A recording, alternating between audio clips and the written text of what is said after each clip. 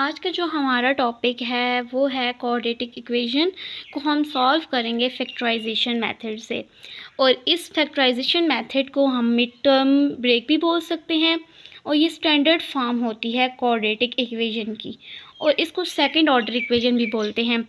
इसलिए बोलते हैं कि इसमें x की जो हायर पावर होती है वो हमेशा 2 होती है। लाइक ये हमारे पास x की power 2 minus x minus 20 is equals to 0। ये हमारे पास आ गई जो है क्वाड्रेटिक इक्वेशन।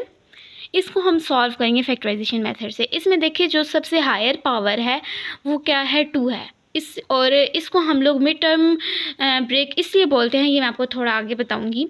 इसमें आ जाएगा, इसमें हम ऐसा करते हैं 20 ये जो लास्ट होता है इसको इसके साथ मल्टीप्लाई करते हैं और हम एक्स स्क्वायर माइनस 20 आपस में जब मल्टीप्लाई करेंगे तो हमारे पास आएगा माइनस 20 एक्स स्क्वायर और मिड वाली टर्म आएगी माइनस एक्स। अब हमें एक ऐसा डिजिट फाइंड करना है जिसको हम मल्टीप्लाई करें आपस में तो हमारे पास 20 एक्स क्यूब आना चाहिए और जब हम उसे प्लस माइनस करें तो हमारे पास मतलब एक्स आना चाहिए।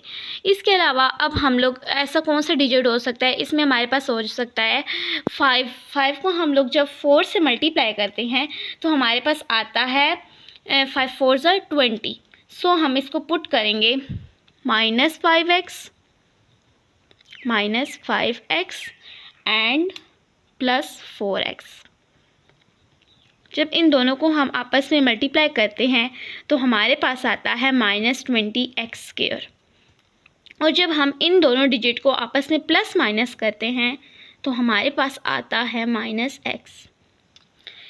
ये अब हमें एक मतलब हमने फाइंड कर लिया कि हमें क्या पुट करना है, माइनस 5x प्लस 4x हमें पुट करना है। किसकी जगह पुट करना है, ये दोनों इसी तरह हमने रहने देने हैं। जो मिड टर्म है ना इसकी जगह हमें ये पुट करना है, माइनस 5x प्लस 4x हमें इसकी जगह पुट करना है। सो अब हम इसमें पुट करेंगे x square minus 5x plus 4x minus 20। अब आपको पता चल गया होगा कि हमने इसको मिड टर्म ब्रेक क्यों बोला, क्योंकि हम जो मिड टर्म होती है ना उसकी जगह हम लोग जो हम फाइंड करते हैं ना वैल्यू उसको हम उधर पुट कर देते हैं। तो इसलिए हम इसे बोलते हैं मिड टर्म इक्वेशन या मिड टर्म ब्रेक। अब इन दोनों में से अब ये दोनों हो जाएंगे और ये दोनों हो जाएंगे। इन दोनों में से क्या चीज़ कॉमन आ सकती है, इन दोनों में से x कॉमन ले लेंगे हम। इसमें भी x है और इसमें भी x है। सो हम एक कॉमन ले लेंगे x, तो हमारे पास अंदर बच जाएगा x माइनस 5 क्योंकि इसका x बाई कॉमन में है।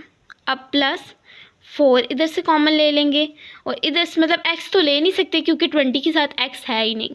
सो हम लोग कॉमन लेंगे इसमें से 4 क्योंकि 4 5 ज़ा 20 हो सकता है। इधर से अगर 4 कॉमन ले लेंगे तो x बच जाएगा, x माइनस 4 5 ज़ा 20 इधर भी आ जाएगा 5 इज इक्वल्स टू 0। ये हमारे पास रफ वर्क था। अब हम करते हैं कि हमें उस टाइम क्लियर हो जाना चाहिए कि हम लोग ठीक करें जब हमारे पास दोनों ब्रैकेट्स की वैल्यू सेम आनी चाहिए। तो हमारे पास इस ब्रैकेट में भी वैल्यू सेम आ रही है, मतलब इस ब्रैकेट के सेम आ रही है, तो इट्स मीन्स कि हमारा क्वेश्चन ठीक जा रहा है। अब ये 2 टाइम्स है तो इसको हम 1 टाइम लिख लेंगे x माइनस 5 और एक आ जाएगा हमारे पास x प्लस 4। ये वाला x और प्लस इन दोनों को हमने ब्रैकेट में लिख लिया इज इक्वल्स टू 0। अब हमने इधर भी x की वैल्यू फाइंड करनी है और इसमें से भी x की वैल्यू फाइंड करनी है। सो हम लोग फाइंड करेंगे x minus 5 is equals to 0। इसको भी 0 के इक्वल ले लेंगे और इसको भी x plus 4 is equals to 0।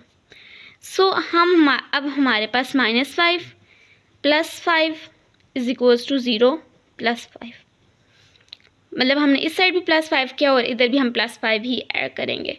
Minus 5 plus 5 से कैंसिल हो गया, हमारे पास आंसर आ गया प्लस 5 मतलब 5। इधर हम ऐसा करेंगे x प्लस 4 है, x प्लस 4 इसमें हम लोग ऐसे कोई डिजिट ऐड करेंगे मतलब कि हमारा ये प्लस 4 कैंसिल हो जाए। तो हम माइनस 4 हमेशा प्लस वैल्यू हमेशा माइनस के साथ कट होती है, इज इक्वल टू 0 -4।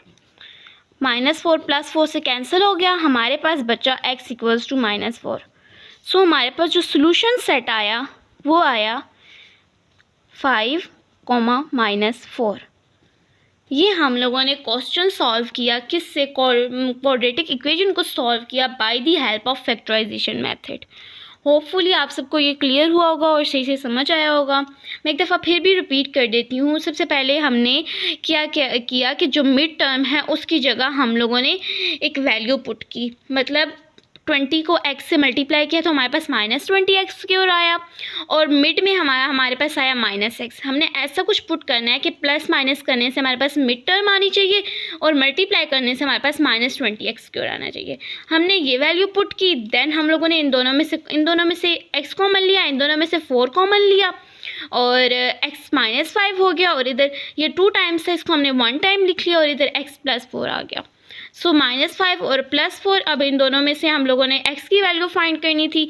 तो जब x की वैल्यू फाइंड करनी थी तो हमने इसको भी 0 के इक्वल लिया, इसको भी 0 के इक्वल लिया, तो हमारे पास आंसर आया +5, इधर आ गया -4।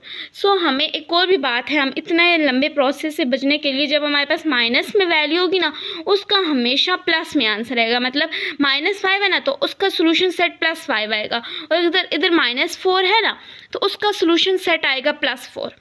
इधर अगर +4 है तो उसका सोल्यूशन सेट -4 आएगा, और -4 है तो +4 आएगा। सो इस तरह देख भी ले, +4 है ना इसका सोल्यूशन सेट क्या आया -4, ये -5 है ना इसका सोल्यूशन सेट में क्या आया +5।